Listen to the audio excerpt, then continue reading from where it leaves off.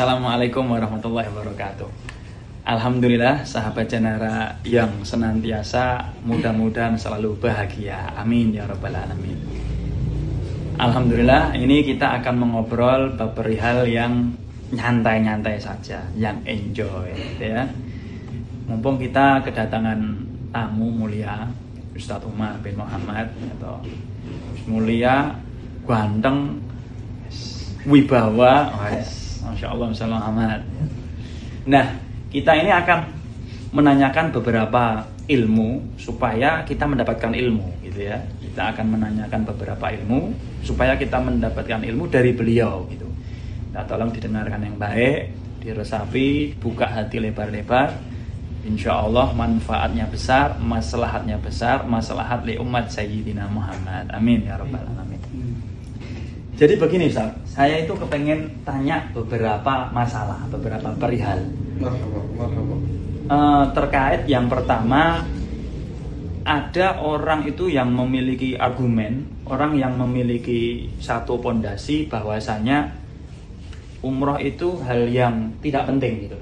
Umroh itu hal yang tidak penting, alias menyepelekan atau mungkin meremehkan gitu. Padahal ini termasuk ibadah menghamba kepada Allah Subhanahu wa taala gitu. Itu mungkin antum bisa bagi ilmu antum pada kami, khususnya orang-orang yang ada di Janara dan staf-stafnya semua.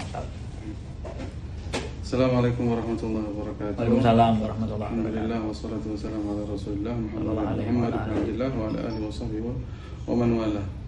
Amma ba'du, alhamdulillah pada kesempatan yang hari ini saya bersilaturahmi ke salah satu kantor travel, sahabat, bahkan keluarga saya, bahkan banyak hal yang kita saling sharing bersama ya Ustaz ya, di kantor Janara Jabal Nur Lestari Adhikara. Masya Allah. Jadi ini alhamdulillah suatu momen yang baik, dipertemukan juga dengan orang yang baik insya Allah. Jadi dengan pertanyaan tadi yang mungkin keganjalan atau yang ada beberapa orang memiliki statement atau fondasi tersebut.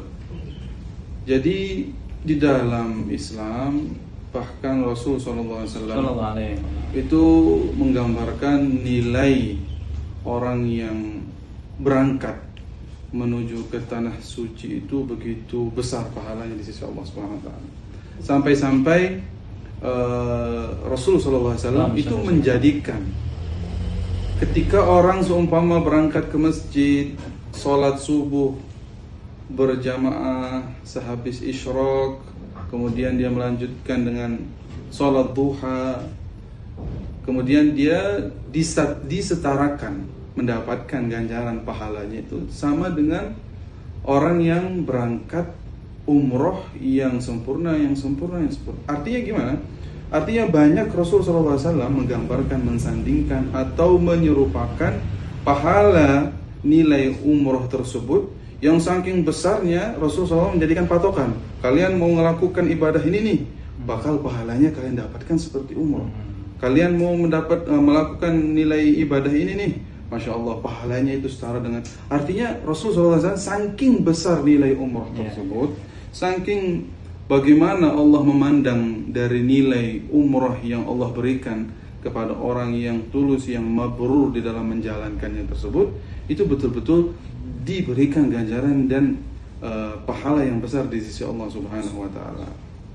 Artinya ketika orang mulai untuk memiliki niat, mulai untuk memulai bagaimana memikirkan, berikhtiar agar dia bisa berangkat ke tanah suci Mekah dan Madinah, insya Allah dengan niat tersebut, insya Allah dengan apa yang dia ikhtiarkan tersebut akan dimudahkan oleh Allah Subhanahu wa ta'ala selama dia betul-betul tulus di dalam niatnya itu ingin semata-mata untuk mendapatkan keridhaan dari Allah Subhanahu wa ta'ala. Dan tentunya Janara hadir di tengah-tengah masyarakat Indonesia, lebih khususnya untuk warga Ponorogo, untuk memberikan fasilitas yang baik, untuk memberikan kenyamanan yang terbaik, sehingga di lain nilai dia mendapatkan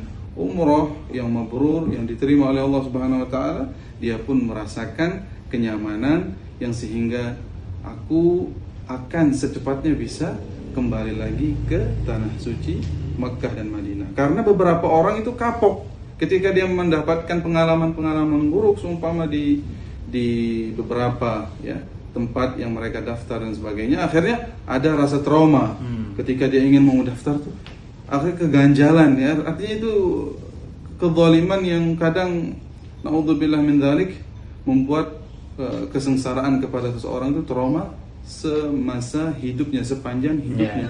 Ya, jadi alhamdulillah ya, mudah-mudahan dengan hadirnya Janara ini sehingga memberikan yang terbaik, memberikan fasilitas yang terbaik sehingga orang semakin kuat untuk agar bisa berangkat ke tanah suci Mekah dan Madinah. Jadi khulasahnya, ringkasannya, jangan pikir panjang untuk bagaimana kita ini memiliki tekad berangkat umroh. Tentunya ya begitu besar pahala yang diberikan oleh Allah Subhanahu wa taala ya. Alhamdulillah, terima kasih. Alhamdulillah dalam Janara ini kepuasan jamaah dalam ubudiyahnya, dalam ibadahnya di Makkah maupun di Madinah maupun di perjalanan itu dinomor-satukan di sini. Alhamdulillah. Di kualitas ya. Alhamdulillah. Alhamdulillah selama ini hampir 100% semua jamaah yang umroh lewat Janara ini mereka puas. Alhamdulillah. Puas. Alhamdulillah. Nah, pertanyaannya bagi sahabat-sahabat yang melihat video ini, kapan giliranmu untuk merasakan puas lewat Janara? Gitu saja. Insyaallah. Insyaallah. Alhamdulillah. Nah, nomor 2, saya ingin menanyakan beberapa perihal. Yang tadi nomor pertama, sekarang yang nomor 2 itu banyak orang itu yang menganggap menginginkan umroh itu di masa tua aja. Padahal di masa muda itu dia mampu. Tapi saya umroh itu nanti nunggu tua aja gitu. Kalau muda saya tidak mau. Lah mereka ditanya, kenapa Anda mau umroh di masa muda? Dia menjawabnya, saya kalau muda itu tidak bisa merasakan khusyuk. Tapi kalau udah tua, saya bisa merasakan khusyuk. Itu statementnya mereka. Bagaimana menurut antum? Jadi ini sebenarnya pertanyaannya lucu ya, karena orang ketika menganggap dirinya bakal mau tua itu mengambil tugasnya Allah Subhanahu wa taala, ya mengambil kehendaknya Allah Subhanahu wa taala, seolah-olah dia yang menghendaki dirinya akan menjadi nanti yang umur panjang sehingga mengalami masa tua. Ya, padahal ya bagaimana Allah Subhanahu wa taala ya tidak memandang dengan masa muda, tidak memandang dengan masa tua, tidak memandang dengan yang masih bayi, tidak memandang yang sudah dewasa dan sebagainya. Ketika sudah datang ajal menjemput seorang, ya bakal datang ya, untuk kematian tersebut. Ada yang mengatakan mati itu tidak menunggu sakit, ya. Mati itu tidak menunggu tua. Benar. Berapa banyak orang yang mati dalam keadaan masih bayi, benar, masih muda. Berapa banyak orang yang sehat tiba-tiba mati. Iya. Ya, mudah-mudahan kita dipanjangkan umurnya oleh Allah Subhanahu wa taala. Amin. Lanjut. Jadi yang tadi itu sebaiknya orang yang memiliki pertanyaan seperti ini agar segera bertobat kepada Allah Subhanahu wa taala. Ya, karena ini salah satu hal yang menjadikan dirinya naudzubillah bisa jadi dia tidak mendapat keridhaan dari Allah, justru dia semakin jauh di mata Allah Subhanahu wa taala dengan rasa dirinya itu akan bakal, padahal guru-guru kami berpesan, ya orang-orang tua kami berpesan, ya hiduplah di dunia ini seakan-akan kau akan meninggal keesokan harinya. Bahkan maksudnya igtanim ya apa namanya? Igtanim khamsan qabla khamsin. Iya, igtanim khamsan qabla khamsin. Apa yang salah satu di antaranya itu syababaka qabla haramik, ya masa mudamu sebelum masuk masa tuamu. Artinya di masa tua pun apakah kita yakin bakal memiliki fisik yang baik untuk bisa berangkat umroh? Ya, sedangkan kenikmatan apalagi yang ketika umroh memandang daripada Ka'bah. Kenikmatan apalagi yang melebihi ketika kita berangkat umroh melihat langsung makam baginda Nabi Muhammad sallallahu alaihi wasallam, bisa sholat di raudhah, di tempat di mana salah satu jelas ya halaman atau taman surga yang Allah berikan di dunia ini adalah raudhah di antara mimbar dengan makam Rasul sallallahu alaihi wasallam. Dan juga banyak dari kita mendengarkan keluhan orang-orang tua yang mengapa tidak berangkat dulu ketika masih muda kuat gitu. Ini yang muda menunda-nunda sampai tua, padahal ini bahaya seperti yang antum jelaskan, Ustaz. Ini yang tua kesini mengeluhkan, saya sudah tidak sekuat dulu. Nah, repot manusia. Aduh, serba salah gitu. Jadi di dalam menilai hal-hal yang kayak gini ini kadang repot ya. Jadi ya wis, kita jawabnya simpel aja.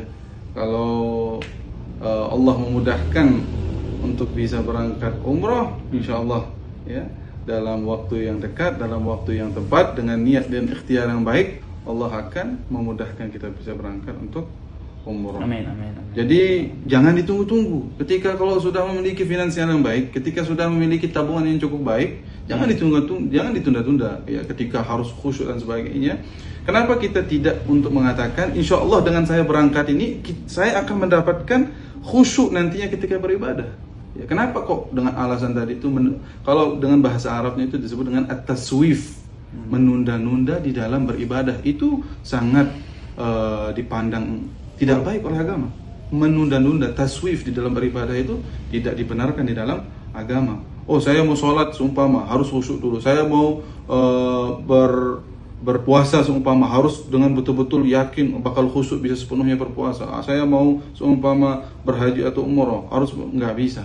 Artinya kenapa kita tidak katakan saya berangkat umroh, insya Allah nanti Allah akan berikan sepenuhnya kekhusyuan kepada saya dengan berkat Nabi Muhammad SAW, dengan keberkatan para nabi-nabi yang telah mereka datang dan menginjak kakinya di tanah suci Mekah di sana. Dari Nabi Adam alaihissalam sampai Nabi Muhammad SAW, mereka semuanya para anbiya telah datang dan menginjak kakinya di tempat tersebut. Ya, kenapa kita tidak bermunajat meminta kepada Allah dengan kita datang ke tempat tersebut, agar sepenuhnya nanti balik dari tempat itu akan diberikan kekhusyuan, kenyamanan ketika beribadah. Berarti tempat yang sungguh amat barokah maka. Ya. Tidak bisa dibandingkan dengan manapun tempat yang ada di muka bumi ini, dari keberkahan, dari kesolehan, kesucian dan sebagainya ya. Maka banyak sekali antusias umatnya Nabi Muhammad ini, yang muda, yang tua, itu berangkat ke sana hanya ingin mengambil barokah. Ya. Masya Allah, Masya Allah. Jadi dari segala Allah ya, dari segala tempat itu Allah jadikan keberkahan yang ada di Mekah ini, baik seumpama dari airnya, dari makanannya, dari Ka'bahnya itu sendiri. Ya, ketika kita mengusap ya, dari segala hal, dari segala tempat itu ada Allah menaruhkan keberkahan. Di tempat tersebut. Ya Allah, ya. Di lain dari dilipat gandakan 100.000 kali lipat. Ya, ketika seseorang dia bersedekah, seolah-olah telah bersedekah 1000 kali lipat dari nilai yang dia berikan tadi. Ketika dia berpuasa, seolah-olah dia berpuasa. Jadi bukan hanya sholat orang di Masjidil Haram. Pemahamannya orang ini, orang awam ini pemahamannya hanya sholat aja. Hanya sholat aja di Masjidil Haram, mereka enggak. Jadi secara keseluruhan di tanah suci Mekah, di tanah haram tersebut, orang seumpama sedekah, dia mendapatkan 1000 lipat ganda. 100.000 kali lipat digandakan. Dia berpuasa 100.000 kali lipat. Dia memandang yang halal, makanya kalau bisa sama pasangan dong. Ya, agar seumpama pasangan atau mencari pasangan. Ya, jadi seumpama ketika dia berhubungan pun dengan istrinya seolah-olah telah membunuh 100.000 Yahudi. Nah begitu Ustaz. Ya Allah, begitu banyak pahala yang kita dapat kalau kita bisa di sana gitu. Iya, mau kapan lagi? Kapan untuk menunda hal ini? Dikatakan dalam satu syair, la turajji fi ilal khairati ilal ghadi. Iya, benar. Jangan sampai kita untuk mengharap beramal sesuatu itu sampai besok. Kalau bisa sekarang, bismillah, tawakal Allah. Masya Allah, Masya Allah. Alhamdulillah, banyak ilmu, banyak faedah. Itu pertanyaan yang nomor 2. Terus kita mau bertanya pertanyaan nomor 3. Ada sebagian orang itu memiliki pendapat, memiliki keyakinan bahwasanya ketika dia itu sudah mendaftar haji, maka dia sudah tidak wajib umroh walaupun belum berangkat haji. Bagaimana Ustaz? Jadi di dalam agama yang sepenuhnya kita sebagai madhab Imam Syafi'i mayoritas untuk warga Indonesia. Jadi kewajiban untuk orang berangkat umrah itu sama, setara dengan kewajiban dia berangkat haji. Jadi ketika seumpama dia telah mendaftar katakan untuk berangkat haji dan dia memiliki ya untuk finansial yang baik, untuk tabungan yang baik untuk bisa berangkat umrah, jangan menunda untuk berangkat haji dulu. Artinya apa? Ketika dia diberikan kemudahan oleh Allah Subhanahu wa taala dari bentuk harta tersebut, ya, jangan ditunda, karena di dalam suatu hadis dijelaskan ketika orang diberikan suatu kenikmatan, ya, bentuk harta yang lebih diberikan oleh Allah Subhanahu wa taala, maka salah satu cara untuk dia mengambil ridhonya Allah, salah satu cara untuk dia mensyukuri terhadap hal tersebut yang telah diberikan kepadanya apa? Dia menggunakan ya dengan hartanya tersebut untuk menjalani hubungan spiritual yang lebih kedekatannya dengan Allah Subhanahu wa taala. Jadi di dalam terkadang jadi gini, Allah Subhanahu wa taala itu di dalam suatu seumpama pernah dia melakukan hal dosa, pernah dia melakukan hal keburukan seumpamanya. Jadi keguguran dosanya dimaafkan oleh Allah Subhanahu wa taala dengan cara dia berangkat umrah. Artinya ada sebagian dosa yang dimana Allah tidak gugurkan kecuali dengan dia sholat. Ada sebagian perilaku dosa yang dia tidak dapatkan keguguran dosanya tersebut kecuali dengan berwudu seumpama, nilai-nilai ibadah.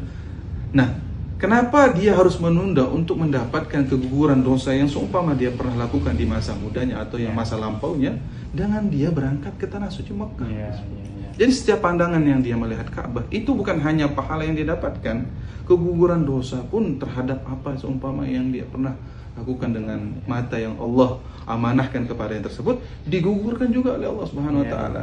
Jadi di dalam semua nilai ibadah itu ada yang pencapaian seseorang untuk sekiranya dia dimaafkan oleh Allah, sekiranya dia dileburkan dosanya oleh Allah Subhanahu wa taala. Ada yang dengan sholat, ada yang dengan puasa, ada yang dengan zakat, ada, dan ada pun yang tidak dimaafkan oleh Allah kecuali dengan dia berangkat umrah. Dan tidak ada satupun manusia yang bersih dari dosa kecuali Nabi Muhammad, kecuali baginda Nabi Muhammad sallallahu alaihi wasallam. Banyak dosa ditimbulkan dari mata, kayak antum sebutkan, banyak ditimbulkan dari prasangka, banyak yang ditimbulkan dari tangan, banyak yang ditimbulkan dari kaki berjalan di tempat yang bermaksiat, banyak yang ditimbulkan dari telinga yang menggibah, dari mulut yang memfitnah, banyak sekali. Ya, barangkali dengan umrah ini semua dosa itu dihapus oleh Allah. Seperti dia baru terlahir lagi dari ibunya. Ya Rabb, ya Rabb. Insyaallah mudah-mudahan kita diberangkatkan oleh Allah Subhanahu wa taala, diberi izin oleh Allah Subhanahu wa taala sehingga bisa mudah kita umrah insyaallah, kita haji insyaallah, biidznillah insyaallah. Amin, dengan izin Allah Subhanahu. Ada mungkin faedah yang antum mau berikan lagi saat kepada kami, kepada semua hadirin hadirat ya, offline maupun online, yang tentang kaitannya tentang mungkin sebagai penutup ada satu hadis Rasulullah SAW pernah menyampaikan, hajju qabla antum na'u. Berhajilah kalian, atau sebagian ulama menafsirkan di sini bukan, karena memang haji itu bisa ditafsirkan, bisa dimaknakan dengan umrah juga. Hajju qabla antum na'u. Berangkatlah kalian untuk berangkat haji atau umrah sebelum ada saatnya, sebelum ada momennya, sebelum ada waktunya nanti kalian dilarang, kalian dicegah, kalian tidak bisa mencegah, kalian tidak bisa untuk menginjak berangkat ke tempat tersebut. Jadi selama kita diberikan oleh Allah Subhanahu wa taala sudah waktunya nih untuk finansial yang baik, karena ini istata'u, ketika kalian mampu kan, ketika sudah alhamdulillah Allah berikan kenikmatan daripada harta tersebut yang kita miliki, jangan menunda begitu. Karena suatu saat kita nggak tahu, ketika kita tunda itu seumpama yang dimaksudkan oleh Rasulullah tamna'u tadi sehingga kalian nanti dicegat ya, dilarang, baik seumpama dari pemerintahan yang ada, kayak kejadian yang ada waktu fenomena corona. Orang banyak mau berangkat haji, orang banyak mau berangkat umroh, tapi apa? Dilarang, tercegah. Itu salah satu contoh. Ya, sebagaimana itu contoh. Dan nanti ada fasenya, waktunya juga yang akan datang. Sebagaimana sabda Rasul SAW, kita mengimani sesuai dengan ucapan apapun yang diberikan oleh Rasul SAW. Kita mempercayai hal tersebut, tidak pernah kita meragukan suatu hal yang disampaikan oleh Rasul SAW. Jadi ada nanti fasenya, Mungkin- ada waktunya. Mungkin juga bisa diartikan mungkin tercegah itu tiba-tiba dia sakit. Tiba-tiba dia mendadak, sakit, itu juga mungkin salah satunya. dia stroke, Mungkin dia nauzubillah min stroke, dzalik, ya, benar. mungkin sakit apa, itu kan Benar. termasuk tercegah ya. Benar, itu salah satu faktornya. Dalam arti kembali ke pembahasan tadi, kalau kita ada fursah atau kesempatan untuk ibadah, bersegeralah. Benar, gitu ya. bersegeralah, benar. Jangan ditunda-tunda sesuai dengan apa yang disampaikan Masya oleh Allah, Rasul Masya SAW. Allah. Ini Begitupun saya, mohon maaf Ustaz, begitupun saya, begitu. Ini pengalaman saya pribadi sendiri.